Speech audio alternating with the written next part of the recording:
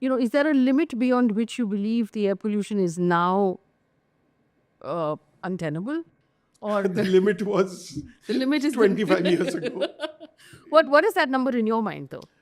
I mean, I would go by the, WHO statistics, between 50, 60 or something. I was mentioning to you, I was in New York some time ago, 2 months ago, and the AQI in Manhattan was about 20, 25. That's a number we need. Even they, Technically, the most congested part of their country. yes. And they're complaining about pollution. Where should we be? We should, I think, the human body has evolved over the last 1 million years at an AQI of 1 or probably 5. I don't think we are geared for this. So it's a number that the lower the better. And I mean, it's probably be healthier at 40, 50 or somewhere there. These numbers are untenable. And, they're just not acceptable. So even the studies you quote that say that, this will lead or could lead to cancer in 20, 30 years, those were not studies that were measured for 1,730 EQI, were they? No, this is... Nobody has ever hit this number until this year. No, that's true. So we haven't even studied what the effect of this very high large number will be. But we have a few data points of inference from the smoking history. And we do know that the heavier the smoker is smoking history, the more likelihood that there will be smoke-related damage. And again, if I was to extrapolate it from smoking, where we have fairly good data, because the data set is well established, then we know that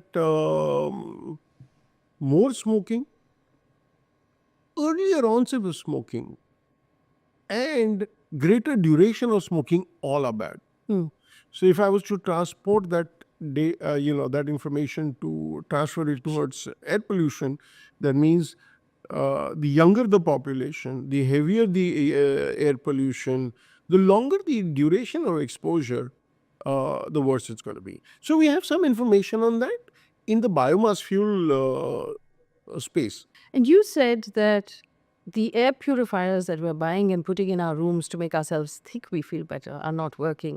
So what will work? So I may run into difficulty with the air purifier companies. Yes. With that, I said I don't have data to show that they work very well.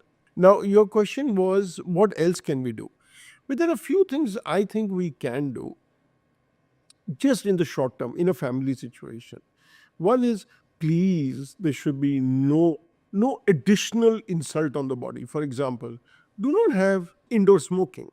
Right. I will make a very strong point to my patients. Do not put additional, so smoking, and the other smoking is things like agarbatti. I don't think in a closed environment I would recommend an agarbatti, because now, which agarbatti everybody uses at home? It is mosquito repellents. So a study done by my colleague in Pune had shown that, those thick coils for mosquitoes, the big, thick ones. Yes. One coil, and this I think is published data, one coil is equal to 100 cigarettes.